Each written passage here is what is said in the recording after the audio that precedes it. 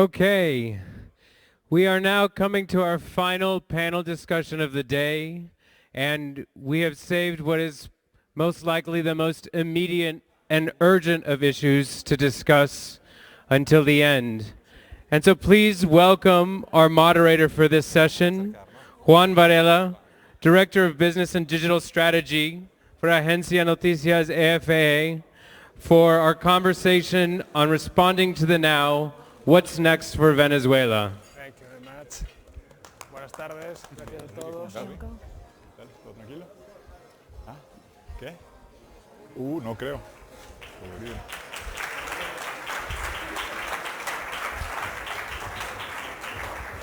I don't know. ¿Qué lugar prefieren ustedes? Sentamos aquí. Sí, yo creo que sí. Please. You want to sit down? ¿Tú aquí? Hazte con nombre, ¿no? ¿Tú aquí? Yo creo que no, creo que es random. Buenas tardes, gracias a todos. Llegamos con un poquito de retraso a esta última sesión que vamos a dedicar a analizar lo que ocurre en ese país que es ese gran país que es Venezuela y todo lo que está pasando en los últimos años y especialmente en los últimos meses con una situación que seguramente no habíamos vivido en Latinoamérica mucho tiempo atrás, ¿no? Hablaban la mesa anterior de esas fronteras que se han agrandado en el Mediterráneo, entre el norte y el sur, entre Europa y África. Quizás esta nueva frontera entre Venezuela y el resto de los países de Latinoamérica se ha agrandado más que nunca y estamos viviendo una situación en la que esto preocupa a todo el mundo y todos estamos viviendo la situación de los venezolanos en el país y a lo largo del mundo. Tenemos con nosotros para hablar de Venezuela Carrie Filippetti. Carrie es la Deputy Assistant Secretary para Cuba, Venezuela, Estados Unidos del Departamento de Estado. Bienvenida, Carrie. Nos acompaña también William Dávila, que es el jefe de Relaciones Corporativas de la Yes Business School y es el representante, el embajador de Guaidó en varios países de Europa, especialmente en el este europeo. Nos acompaña también Antonio Carri Bolívar, que es el representante personal del presidente de Venezuela, Guaidó, en el cargo. Tenemos dos representantes de Guaidó. Seguimos con José Manuel Puente, que es economista del Instituto de Estudios Superiores de Administración, y Fernando Quiroga Ramírez, que es el expresidente de Bolivia y presidente de Concordia y de Leadership Council de Concordia. Empezamos ya porque no quisiera que nos fuéramos mucho en el tiempo y empezamos con Carrie. Carrie, tienes una posición sobre esta situación del Departamento de Estado. Cuéntanos cómo se ve desde Estados Unidos lo que está pasando en Venezuela. Great, thank you very much, and thanks of course to Concordia and AmCham Spain and all the participants and panelists in today's event. It's of course a critical time for us to be discussing Venezuela, and no more appropriate place than here in Spain, which has one of the closest relationships with Venezuela in all of Europe, and which of course is very clearly positioned and has a clear mandate to lead the EU because of those relationships in solving what is not just today's worst humanitarian and migration crisis in the Western Hemisphere, but in fact the worst humanitarian and migration crisis in the history of the hemisphere. So we've all heard the facts on Maduro's corruption, obviously, on the suffering that has forced over 4 million people, that's 12% of the total population of Venezuela, to flee their homes. So I want to actually start by mentioning something that I think is very infrequently discussed when we talk about Venezuela, and that's optimism. Because the United States is and remains optimistic about the situation in Venezuela. It's true Maduro has the Cubans. It's true that Maduro has some Russians. He has some support from the Chinese. He has a measure of support from the military. Fine. But what does the democratically elected National Assembly have? And this is really important that we bear in mind this trajectory. Well, they have the Lima Group. They have the European Union. They have the United States. They have 54 countries, including all of the world's leading democracies, supporting them. They have the support of over 70% of the Venezuelan population. They have a strong and inclusive representative in interim President Juan Guaidó. They continue to inspire over 300 unique protests every single month in Venezuela, and that includes thousands of protests since January 23rd when interim President Juan Guaido assumed the presidency. They have billions of dollars of regime assets frozen thanks to hundreds of sanctions against regime insiders, and that has collectively constrained the regime's access to finances and therefore ability to manipulate and control the population. And most significantly, they're governing. They hold regular meetings of the National Assembly, weekly meetings, despite the repression of the Maduro regime. They consider key legislation to improve the lives of everyday Venezuelans. They've established food distribution centers and health clinics that service tens of thousands of Venezuelans every week. And they're, of course, building Plan País, which will serve as the foundation for vitalizing Venezuela's economy, security sector, humanitarian sector, and agriculture and security sectors. These plans will enable Venezuelans not just to survive, which is what they're used to trying to do, but actually to thrive. So we know Maduro will fall. That's obvious to the United States. The question is not what, the question is when. But that question is not an unknown. That's not something that we just wait to see what happens. We can speed that inevitable transition. We can immediately put an end to the suffering of the Venezuelan people. This is suffering that Ambassador Buchan, by the way, spoke about earlier today. And the way we do that is by being clear-eyed on what can work and what is successful. The most humanitarian thing we can do then is not to send more humanitarian assistance, though of course the United States and our allies are and will continue to do so. It is to support a political solution and to show Maduro that there is no space, there is no time, there is only a transition. So how do we do this? Because everybody knows, we want to work towards a political solution. How do we actually get there? Well, as we know, right now, there's the Oslo process. I think many here understand that the U.S. is committed to achieving a peaceful solution. So why then do we express some measure of skepticism about the Oslo process? Well, to answer that question, I would just say, what has happened during Oslo? As of June 13th, there are 700 political prisoners that are still being arbitrarily and illegally detained by the Maduro regime. They, by the way, join a group of over 12,000 political prisoners who have been arbitrarily detained by the Maduro regime since it came into power. Leopoldo Lopez, a key opposition leader, is still seeking safe haven in the Spanish embassy and does not have the freedom to wander his own country of birth. And in fact, 23 members of the democratically elected National Assembly, including, by the way, some members of PSUV, Maduro's ruling party, have had their immunities revoked or are currently in hiding or in exile or have been imprisoned. So let me just focus on that and repeat that. During the very discussions designed to encourage respect for rule of law and democracy, the Maduro regime has illegally rounded up 23 members of the only remaining democratic institution in Venezuela. But this should come as no surprise to us, because during the Vatican-led talks in 2016 and the DR-led talks in 2017 and 2018, the opposition engaged honestly and in good faith. But what was their reward? While negotiating for free elections, the Maduro regime banned 3 of the 4 major opposition parties from participating in an election. While negotiating for the recognition of the basic right of freedom of expression and dissent, enshrined, by the way, in the Universal Declaration of Human Rights, the Maduro regime declared Freddy Guevara, another key opposition leader, a terrorist. He remains in the Chilean embassy to this day, his safety too uncertain to depart. And in fact, at the conclusion of the DR-led talks, after the international guarantors determined, as had the Vatican before them, that the discussion could no longer bear fruit while Maduro used them to undermine democracy, 1/2 of the opposition negotiators were forced into exile, 1/2 of those who had tried to productively engage with the Maduro regime. So this is the history of negotiation with Maduro. This is the reason the United States is skeptical. Not because negotiations on their face are ineffective, but because we have seen the Maduro regime hijack well-intentioned diplomatic processes and use them to undermine the very democratic principles they were established to support. This does not mean, however, that Oslo cannot work. It simply means we cannot merely hope that it will work. We must give it the tools that it needs to be successful. And so what are those tools? From the United States perspective, there's 4 tools that we can focus on. The first one is pressure, targeted sanctions, visa restrictions, asset freezes. As Ambassador Buchan mentioned, The United States has implemented over 150 targeted sanctions against regime insiders. The European Union has only implemented 18. And I'll note that the last time the European Union implemented sanctions against the Maduro regime was exactly 1 year and 1 day ago. What has happened in that 1 year and 1 day? Are we saying that there are only 18 individuals in the Maduro regime responsible for the theft of over $300 billion worth of assets? Obviously not.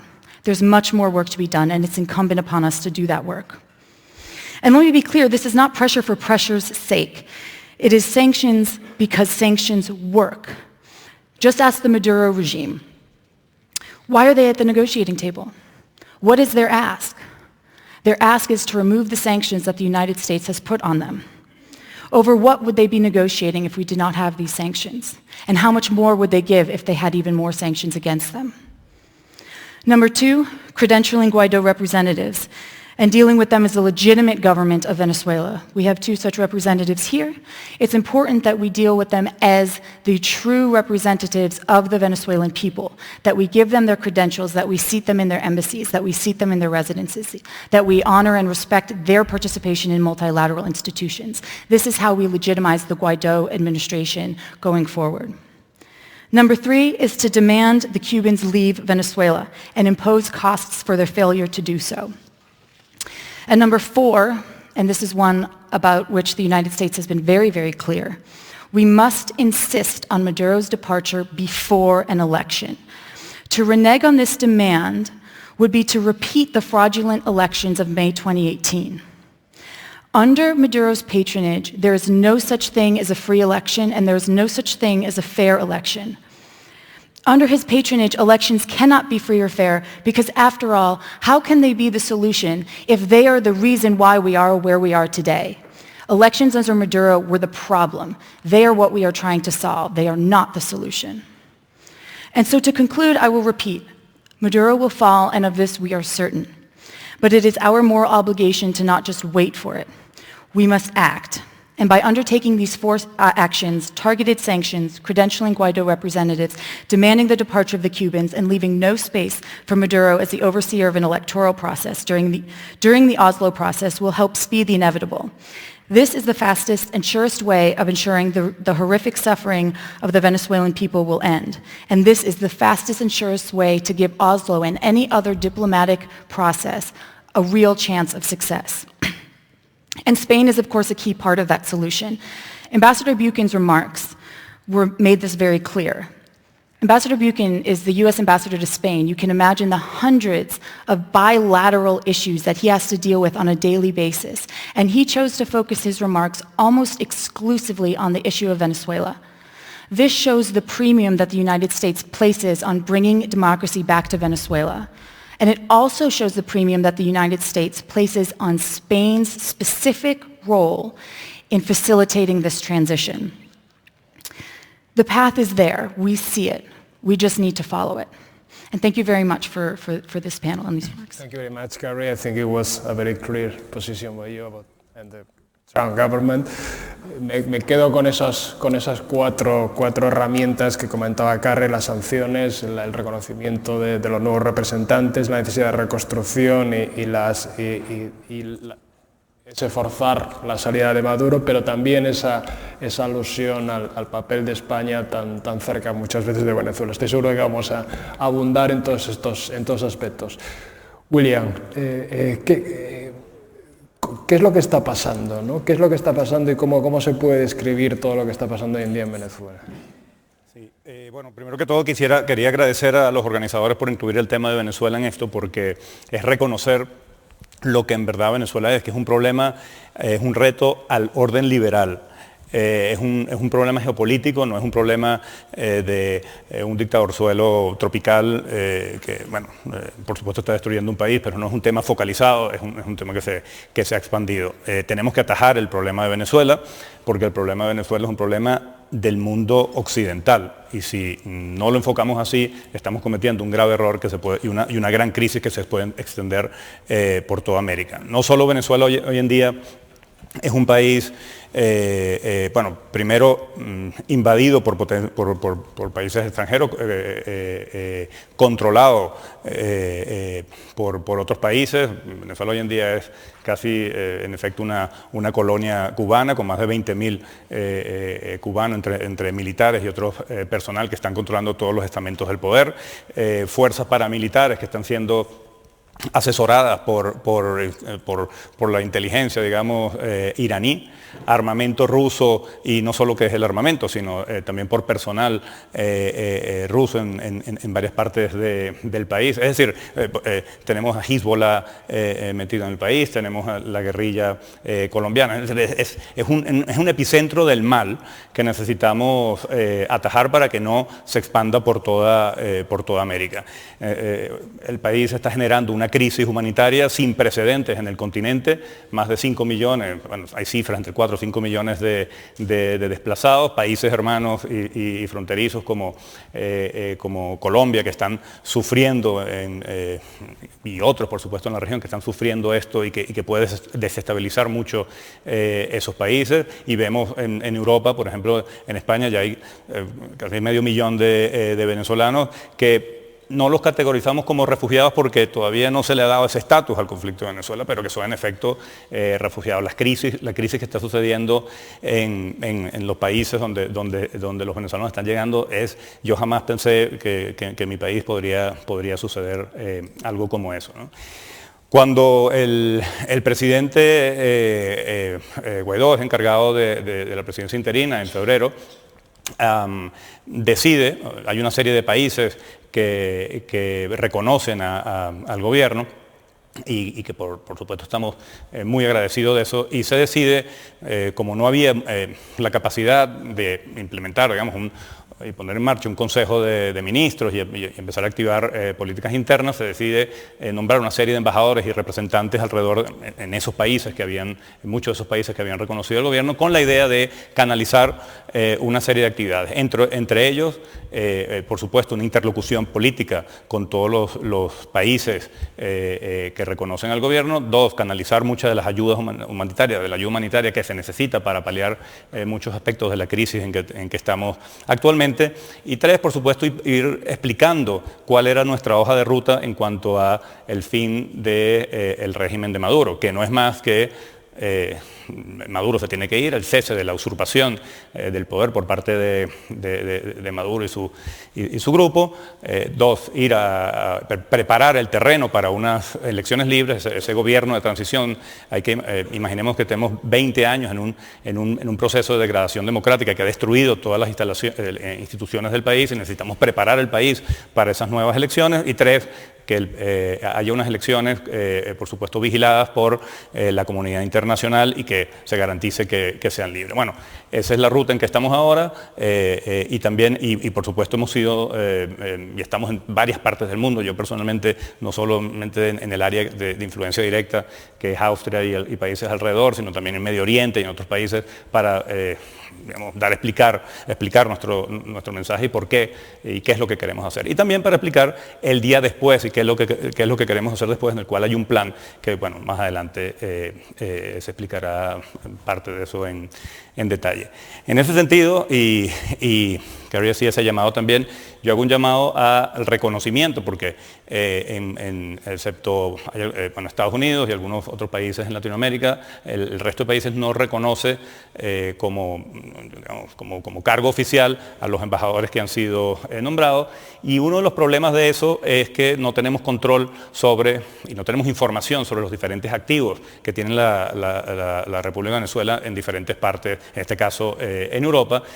Yo siempre digo un poco a tono de broma que cuando me encargue de la embajada que me toca en Viena, me tendré que llevar allí un exorcista, porque lo que hay allí, o sea, eso debe ser algo horrible. Uno oye cómo lavan dinero, cómo traen maletines. Bueno, debe ser una cosa impensable, inimaginable, y es muy importante que cosas como esa, el dinero que se lava, etcétera, que afecta y que en donde puede afectar pues, instituciones europeas, pues eso esté claro, y para eso el reconocimiento de los embajadores es muy importante.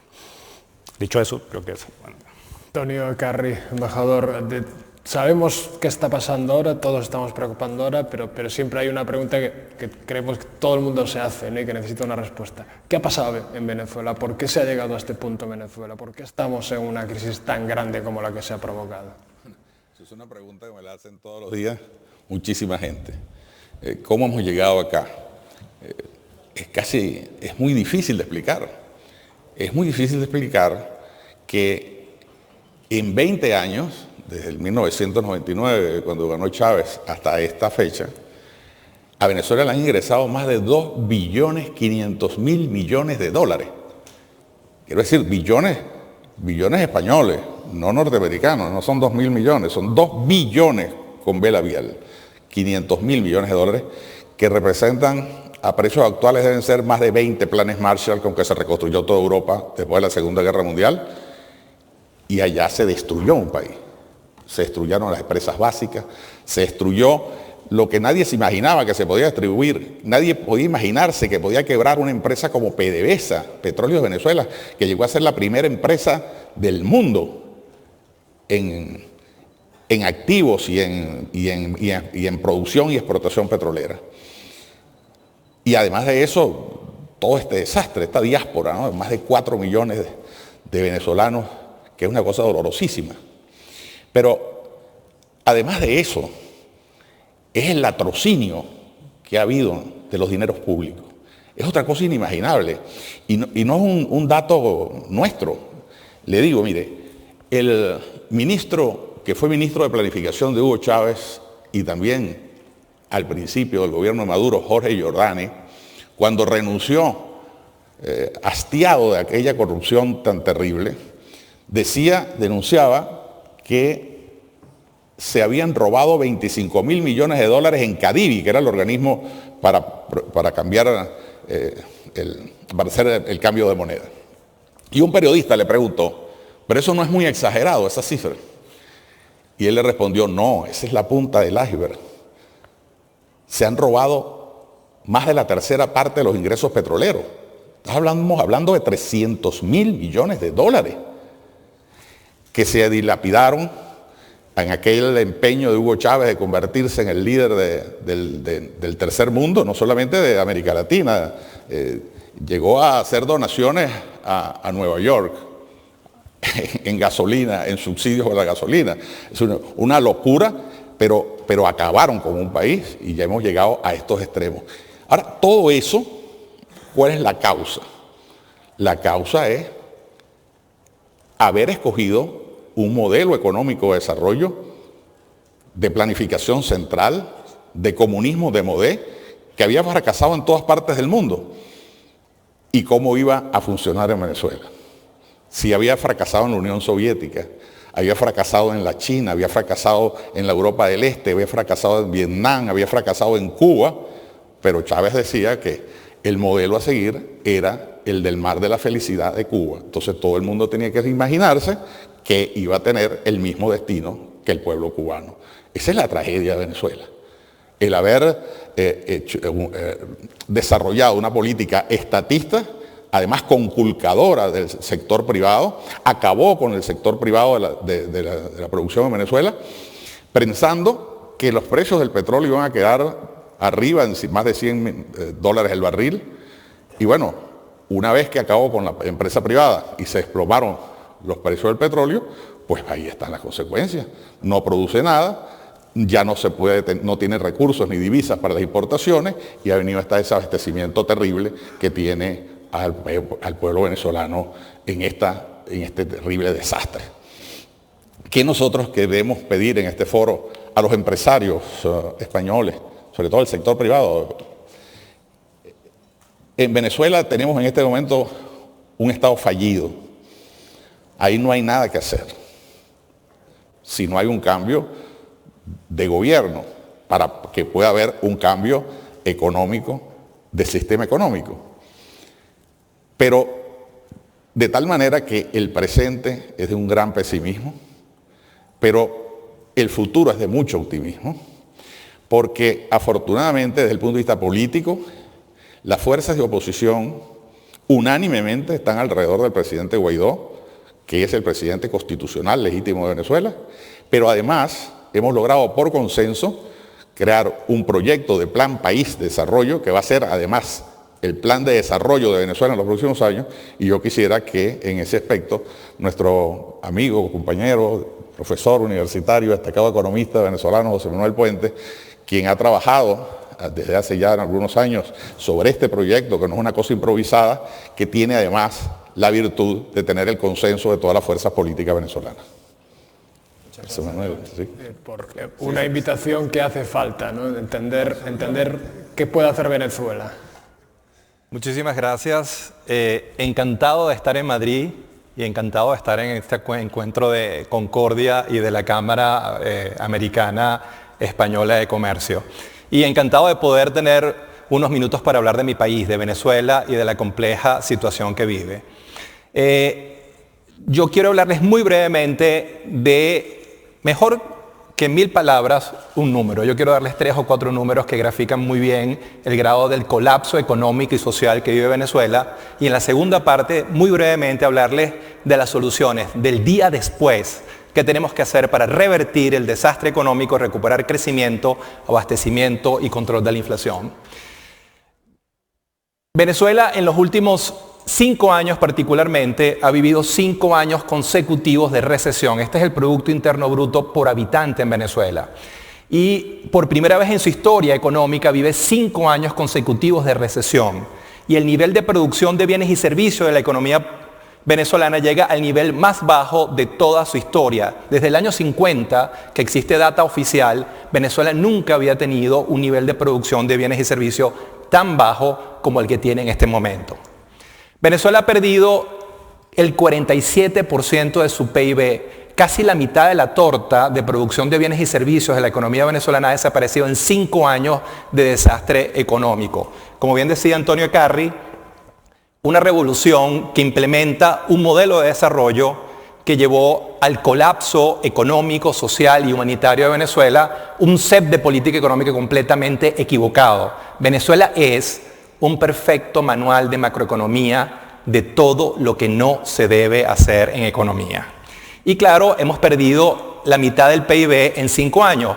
¿Y qué significa perder el 50% del PIB en 5 años? Un colega y yo en la Universidad de Warwick y Oxford tratamos de armar data comparativa para 196 países del mundo y le dimos instrucciones a un programa econométrico que agregara a los países que habían vivido 5 años de recesión y agregara su ciclo recesivo. 2 láminas con esos resultados. El ciclo recesivo de Venezuela es muy superior al que vivió Bolivia entre el 81 y 86, el periodo de desastre económico boliviano, es muy superior al que vivió Bolivia durante su ciclo de hiperinflación, pero inclusive, y no está aquí, superior al ciclo de desastre hiperinflacionario que vivió Argentina durante el Corralito. No está aquí porque en el 5º año Argentina creció. Venezuela en el 5º año sigue decreciendo. Conclusión, Venezuela es, sin lugar a dudas, la peor crisis económica que ha vivido cualquier economía latinoamericana en los últimos 50 años. En términos del mundo, por supuesto tienes algunos casos muy extremos como Ucrania o Sierra Leona, un país que vivió una guerra muy cruenta y obviamente vivieron 50% de contracción de su PIB en 5 años, pero Venezuela sería, en el agregado, el tercer país con el peor desempeño macroeconómico del mundo en 5 años de recesión, donde ha perdido cerca del 46.9%. Lamentablemente, el año 2019 va a ser el 6º año de recesión de Venezuela y después de este año el agregado de contracción de la actividad económica de Venezuela va a estar por encima de Sierra Leona y Ucrania. Es decir, habremos perdido al menos el 60 o 65% del PIB nacional al cierre de este año. Venezuela no solamente lo ha hecho mal en términos absolutos, sino también en términos relativos. Esto es un ejercicio muy simple de crecimiento de las economías de Sudamérica. Ya vemos que la más dinámica ha sido Perú, Bolivia, Chile, Colombia y Venezuela ha sido la menos dinámica de todas las economías del continente. Pero aquí me detengo un minuto porque yo creo que el análisis no soporta tanto pesimismo. Y veamos Perú. En los años 90 era de obligatorio lectura un libro de Dorbush y Sebastian Edwards que se llama La macroeconomía del populismo. Y un capítulo central de ese libro está dedicado a Perú, porque Perú en los años 90 era la economía del desastre. Vivía hiperinflaciones, vivía un ciclo recesivo muy agudo y además era una sociedad amenazada por uno de los grupos guerrilleros más violentos del continente. 30 años después, 25 años después, Perú es la economía más dinámica en términos de crecimiento. Chile es la economía más consolidada del continente, pero Perú es la economía que más ha crecido en los últimos 20 años. El segundo ejemplo, y está Álvaro Uribe aquí, es Colombia. Todos los que fuimos a Medellín y Bogotá en los 90 nos conseguimos con dos de las ciudades más peligrosas del mundo. Después de 20 años de política pública atacando el problema, el origen del problema de criminalidad, narcotráfico, Medellín y Bogotá son ciudades vivibles, amables. Es decir, dos de los grandes problemas que tiene Venezuela, ciclos recesivos y ciudades muy peligrosas, tienen solución. No porque lo dice José Manuel Puente o lo dice la literatura, es porque la evidencia de Colombia, de Perú, de Chile, lo muestran claramente. Los problemas que tiene Venezuela tienen solución si tienes el liderazgo correcto que opta por las opciones de política pública, de política económica correctas. Y por supuesto, para eso tienes que instrumentar un programa de estabilización. Y aquí hasta los economistas entendemos estas cosas, que somos muy limitados en términos políticos. Venezuela tiene que construir una transición hacia un nuevo gobierno. Y en eso Estados Unidos, España y la Unión Europea pueden ayudar mucho en generar esa transición para que se cumpla la regla de la democracia. Hoy todas las encuestas te indican que el 85 o 88% de la población quiere un cambio político.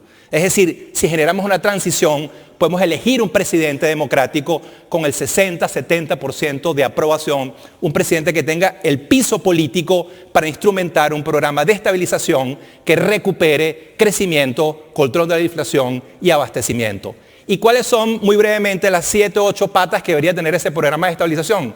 Me meto solo en economía porque un programa de reformas integrales es mucho más que economía, pero no hay tiempo para más. Tienes que buscar ayuda financiera internacional. Venezuela no puede solo, no tiene la capacidad, su sector externo está al borde de un colapso, un nivel de reservas internacionales que es el más bajo de los últimos 21 años, necesita ayuda financiera internacional para llevar a cabo ese programa de estabilización. Tiene que focalizarse en un programa de control de la inflación, un poco como lo hizo Brasil con el Plan Real, donde mes a mes, año a año, va reduciendo su tasa de crecimiento de precios hasta que converja con el resto del continente. La inflación de Venezuela hoy está sobre los millones% y el promedio de América Latina es 4,5%. Tiene que construir las bases para recuperar crecimiento. La torta se ha ido achicando y en la medida que la torta de producción de Venezuela se achica, cada vez le das un pedazo de torta menor a cada venezolano. Hay que recuperar rápidamente crecimiento.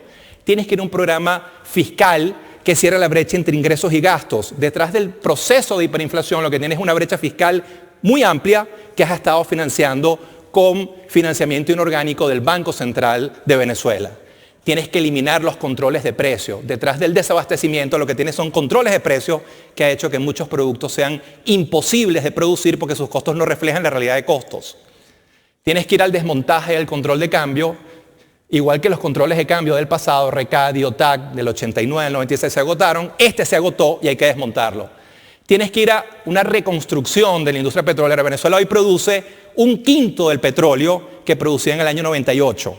Durante 20 años de revolución, la revolución destruyó el corazón de la economía venezolana, que es el petróleo. Hay que buscar capitales internacionales y capital humano para reinventar PDVSA.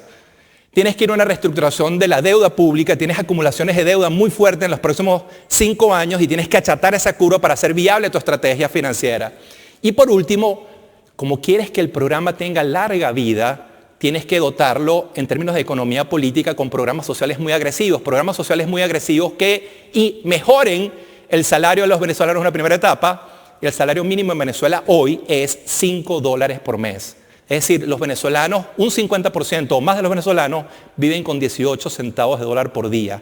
Con 18 centavos de dólar por día no hay capacidad de acceso a los bienes básicos de alimentos y medicina. Y una población en esas circunstancias no te va a acompañar en un programa de reforma. Tienes que generar subsidios directos focalizados e incrementos prontos del salario para que el colectivo, las mayorías más humildes, te acompañen en el proceso de reformas. Todo eso, y con esto cierro, sabemos lo que hay que hacer. Una de las cosas buenas de llegar de último a las reformas del continente es que no hay que inventar el agua tibia. Puedes aprender de lo que ha hecho el resto de América Latina. Pero algo que está muy claro, sin un cambio político no habrá cambio económico y social.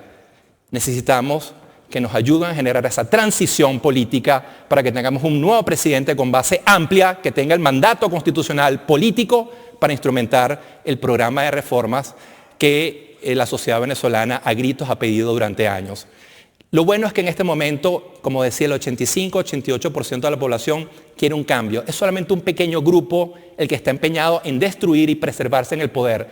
La gran mayoría de los venezolanos queremos un cambio de gobierno y queremos reconstruir a Venezuela.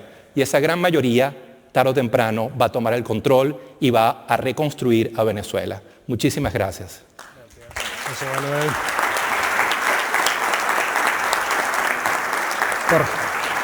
Jorge Fernando Quiroga, no se puede entender la Latinoamérica de los últimos 20 años sin el impacto de Venezuela, de la revolución bolivariana en Venezuela, en tantos países, en tu propio país como Bolivia, y seguramente no se puede entender qué tiene que hacer Venezuela y cómo se puede ayudar a Venezuela si no se entiende también desde los países de Latinoamérica. ¿Qué está pasando en Latinoamérica respecto a Venezuela? ¿Cómo se está viendo estos momentos de la crisis? ¿Y cómo estáis pensando que se pueda apoyar a Venezuela para salir de esta situación? Muy bien, gracias a Juan, gracias a Concordia y a AmCham, gracias Jaime, Nick, Matt, por mantener el ojo sobre Venezuela una y otra vez en los espacios en que nos hemos congregado aquí en Concordia, en Bogotá, en Nueva York o ahora en Madrid. Lo de Venezuela es la tragedia más grande de la historia contemporánea de América Latina. Quisiera empezar con una pequeña nota de optimismo y una sugerencia aquí al embajador. La mayor vitamina anímica que Venezuela ha recibido recientemente es del equipo de fútbol. En béisbol siempre eran mejores, grandes peloteros, pero en fútbol solían ser el partido fácil en la Copa América. Ahora tienen un equipazo. El viernes juegan con Argentina. Y para parar a Messi hay que hacer dos cosas. Una, traerlo a La Paz, Bolivia, 3.600 metros. Ahí no mete gol Messi, ha tratado 3 veces. O la otra, si se lo quiere derrotar, es que el embajador Ecarri entre al vestuario a estar con el equipo de Venezuela. Aquí le ganaron 3-1, o sea que se vaya a Brasil y Venezuela le va a ganar allá a Brasil. A ver, esta tragedia, ¿por qué duele tanto? Porque cuando llegó Cristóbal Colón, hace ya más de 5 siglos, y puso pie en Venezuela, dijo, esta es la tierra de gracia. Y realmente era la tierra a la que todo el mundo llegaba y de la cual nadie se iba. Y hoy millones salen y nadie ya entra, excepto cocaína, criminales y demás cosas. Es la tierra que produjo el sudamericano o el latinoamericano más grande de la historia. Un hombre que a caballo, con sable en la cadera, atravesó los Andes y nos legó libertad e independencia a varios países. Llevamos el nombre de Simón Bolívar, somos la hija predilecta. Por todo ello es que hay que entender que está en juego algo central. No comparto lo que acá escuché de que en América Latina hay democracia plena y no hay dictaduras. Está en juego en Venezuela si vamos a quedarnos con 4 Cubas o ninguna. La original gerontocrática, cuasi nonagenaria de la isla, de esta gente que lleva más tiempo gobernando que yo viviendo. Mi señor padre, don Tuto Quiroga Luisaga, es menor que Raúl Castro, Machado Ventura, Valdés y todos estos señores, y ya le quitaron la licencia de conducir hace varios años. Y estos señores están manejando Cuba y Venezuela. Y después viene Nicaragua, Bolivia, y lo de Venezuela se sabe dónde va. Hay que entender que el germen del autoritarismo es el continuismo, y por eso lo de mi país es importante. Cuando un presidente como Morales, violando la Constitución, desconociendo el referéndum, intenta quedarse, argumentando como Ortega en Nicaragua, que ser tirano es un derecho humano, el sistema interamericano debe actuar, porque ahí empiezan los problemas. Si cuando Chávez violó el referéndum de 2007, implementando todo lo que la gente le había dicho que no, si hubiera actuado el sistema interamericano, diferente hubiera sido la situación. Pero Juan, en lo concreto, ¿qué es lo que ha pasado y qué hacemos? Que creo que es donde iba tu pregunta. Lo que ha pasado lo han visto, lo han escuchado, el diagnóstico ya es conocido. Podríamos aplicar la frase de Winston Churchill en reverso a Maduro. Bueno, Winston Churchill lo que decía de los grandes héroes, nunca tan pocos han hecho tanto por tanta gente. Pues este régimen, esta cleptocracia criminal, nunca un régimen ha tenido tanto poder, tanto dinero, tanto tiempo y ha destruido tanto una economía en beneficio de tan pocos criminales delincuentes. Nunca, no van a encontrar un caso como ese. ¿Han visto las cifras? Maduro, ¿cuál es su libreta? Desde que empezó ahora, la economía es menos de la mitad en 6 años. La producción petrolera, la tercera parte de cuando él empezó, la quinta parte de cuando empezó el régimen. El sueldo mínimo hoy día compra 3% en Venezuela de lo que compraba cuando empezó Maduro. Han vuelto la malaria, la difteria, el sarampión. En una petropotencia cocinan a leña, entierran a niños en féretros de cartón. Ha multiplicado el número de pobres por 6, el número de crímenes por 8 en 6 años. Lo que ha hecho este señor no tiene parangón en destruir la tierra de gracia y ha generado una hiperinflación más alta que la de Zimbabue, está generando más refugiados que Siria y la escasez se parece a Sudán. Esa es la triste, dura tragedia que vive Venezuela y se conoce lo que ha pasado. Un par de datos, mira Juan, para que se ilustre, a veces la gente no comprende. ¿Cuánto cuesta un litro de gasolina aquí en España? Dígame alguien.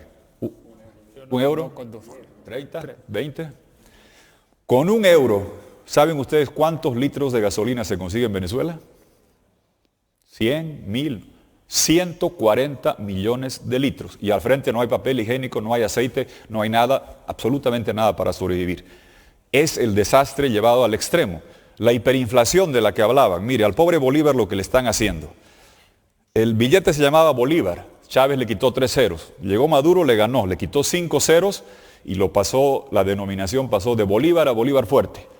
Después pasó a soberano, pobre Bolívar. Cada vez que le cambian el adjetivo lo devalúan. El próximo va a ser el supermagno y va a valer menos todavía. Este es el billete más grande que hay, ¿no? Ahora, 500 bolívares soberanos. 500, pero le aumentan los 8 ceros, sería 50.000 millones de bolívares. Cuando salió esto, valía 13, 14 euros. Hoy día vale 6 centavos de euro. Ya va a salir el de 50.000 de esto, ya le aumentaron. La definición de lo que es un cero a la izquierda en política económica es un gobierno que lo único que hace es aumentar ceros a la derecha. Cuando la salida es sacar al cero de Miraflores, que es el señor Maduro, que ha destruido ese país sin límite. ¿Qué hacemos en base a eso? Me voy a referir primero a la comunidad internacional, qué se debe hacer, cómo se debe actuar, España específicamente, si me permites, y después dentro de Venezuela. Comunidad internacional, mire, este gobierno ha demostrado una y otra vez que el diálogo con D sirve para diferir, para dilatar, para detener, para destruir, para desactivar la presión, para desinflar la movilización popular. Por eso hay un enorme escepticismo cuando se escucha el diálogo, porque una y otra vez se ha visto lo que pasa. Peor que usar el diálogo para dilatar es tener varios espacios. Yo he escuchado decir que la oposición venezolana está dividida. Mentira, la comunidad internacional está dividida. Esta es una ensalada de nunca acabar. El Grupo de Lima por acá, la Unión Europea por acá, el mecanismo de Montevideo más allá, el Grupo de Contacto por acá, los chinos, los rusos, todo disperso. Hay que crear un solo centro de gravedad internacional donde se junten todos. En la OEA están en Medellín, el señor Trump hablará con Xi Jinping el sábado. Hay que hacer un solo grupo internacional para rescatar democracia y libertad en Venezuela. Llamémoslo Grupo de Bogotá, de Panamá, lo que fuese. Ojalá que sea Colombia, presidente Uribe, porque es el país más damnificado. La cantidad de refugiados que están llegando de Venezuela a Colombia, si fueran mexicanos o centroamericanos de Estados Unidos, ya hubieran hecho 20 muros. Es una cantidad gigantesca la que está llegando. Entonces, hay que hacer un solo grupo internacional y no tener a Venezuela hablando a veces con la Unión Europea, otra vez por acá y otra vez por allá. ¿Qué agenda se debe tener en esa materia? Primero, sobre la intervención. Quiero ser claro, hay que rechazar la intervención existente, la del Che. Venezuela es un país intervenido por el Che, por cubanos, por Hezbollah y por ELN. Dominan territorialmente Venezuela. Además de los narcos que dan vueltas por todo lado. Porque nos pasamos un montón de tiempo negando la hipotética potencial invasión de los gringos que van a venir y no censuramos ni repudiamos la que se dio, la del Che, la de los cubanos, Hezbollah y del ELN, que se han apoderado y descuartizado ese país. Para que todo el mundo que quiera ayudar a Venezuela, por lo menos, diga, aunque sea declare, de decir, oiga, saquemos a los cubanos. Es un sistema de colonialismo vampiresco que nunca antes se ha visto. Si hubieran sido españoles hace 5 siglos, habría demandas de soberanía, pero un pequeño país como Cuba es un parásito que al paciente inerme, que es la economía venezolana, le sigue sacando la sangre. Hay que censurar y repudiar esa intervención que ya se ha dado, pararla y cesarla. Después hay que trabajar en ayudar a todos los refugiados que están saliendo. No puede Colombia absorber toda esa gente, debe ser un programa de contexto global. Lo tercero, las sanciones, incautaciones, congelamiento de cuentas, hay que hacerlo en todos los lugares al mismo tiempo. Todo el mundo sabe esta cleptocracia, dónde tiene bienes, dónde tiene cuentas, en Madrid, en San José, en Panamá, en Bogotá, todos al mismo tiempo. Porque si no, venden en Miami, se vienen para Madrid, se van de Madrid, se van para San José. Todos al mismo tiempo, las sanciones, las incautaciones, congelamiento de cuentas, remoción de visas, trabajar en paralelo. El penúltimo elemento que habría que trabajar es entender que Maduro ha destrozado Venezuela y los mecanismos de financiamiento deben estar en manos del gobierno de Guaidó. Hemos avanzado en el BID. El BID está en manos de Guaidó. ¿Y dónde está el Banco Mundial y Fondo Monetario? Europa, extrañamente, se abstiene de reconocer a los representantes de Guaidó en los mecanismos multilaterales, porque han visto lo que se ha mostrado acá. Se va a requerir un paquete grande y cada día que pasa lo va a pagar la población venezolana el no tener preparado ese paquete. Y junto con dar los recursos oficiales a Guaidó, quitarle los recursos a la cleptocracia criminal del contrabando de oro, de cocaína, de gasolina y todo lo que están haciendo. Hay un cerco diplomático, económico, muy bien, Colombia ha liderizado ese esfuerzo. Hay que hacer un cerco criminal. Por tierra, mar y aire no pueden sacar de gasolina de contrabando ni llevar los vuelos a Honduras de cocaína, y la comunidad internacional debe actuar en quitarle los recursos que ya no son oficiales a Maduro y la cleptocracia criminal, sino que vienen de las actividades criminales, que está bien. Nadie quiere invasiones, pero hagan un cerco para que no se roben la gasolina. Hagamos medidas para evitar que los cubanos se sigan robando el petróleo de Venezuela cuando Venezuela se muere de hambre. Y finalmente, cierro con esto, Juan, es importante mantener la constancia. Sé que es difícil, es imposible pedirle al pueblo venezolano que siga luchando, pero ahí siguen. Y estamos en semanas y meses determinantes, por lo que está pasando adentro también.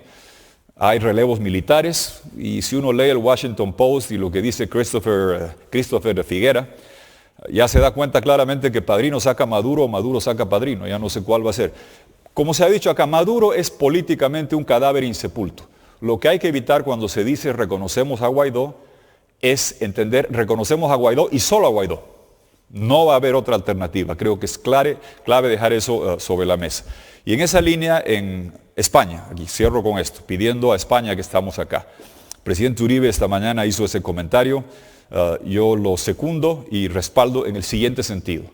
Se ha reconocido al gobierno de Guaidó, pero ¿dónde está la foto de Carri en la Cancillería? ¿Dónde está la foto de Carri en la Moncloa, como la tenemos en Brasil, en Colombia, en Panamá y otros países? ¿Dónde está el voto en el Banco Mundial, en el Fondo Monetario? ¿Dónde están las sanciones?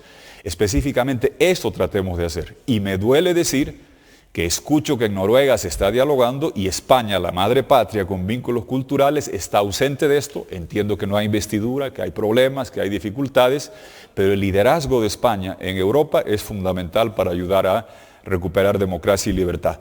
Y le estoy seguro que lo va a pasar, y me di cuenta que iba a ser así el 23 de enero. Ustedes conocen los héroes que ha habido en Venezuela.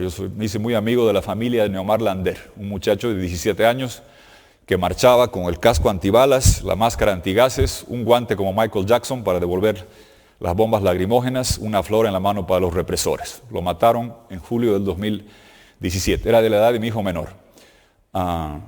Y cuando uno escucha después a los padres contar eso, es desgarrador. Bueno, los padres están acá, Sugeimar y Neomar están acá.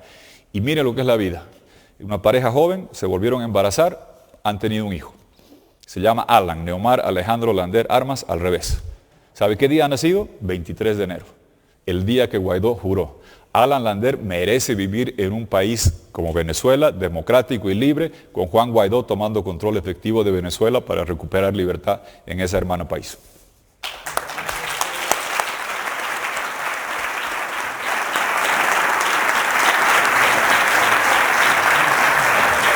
Gracias a todos. Creo que nos hemos ido un poco del tiempo previsto, pero creo que las intervenciones han valido la pena, y sobre todo nos quedamos con esa descripción de lo que pasa en Venezuela, de las causas, y ese llamamiento general desde Estados Unidos a la propia Venezuela, pasando por los países de la zona o desde la economía, a la unidad de todos para apoyar a Venezuela y salir de esta dramática situación. Gracias.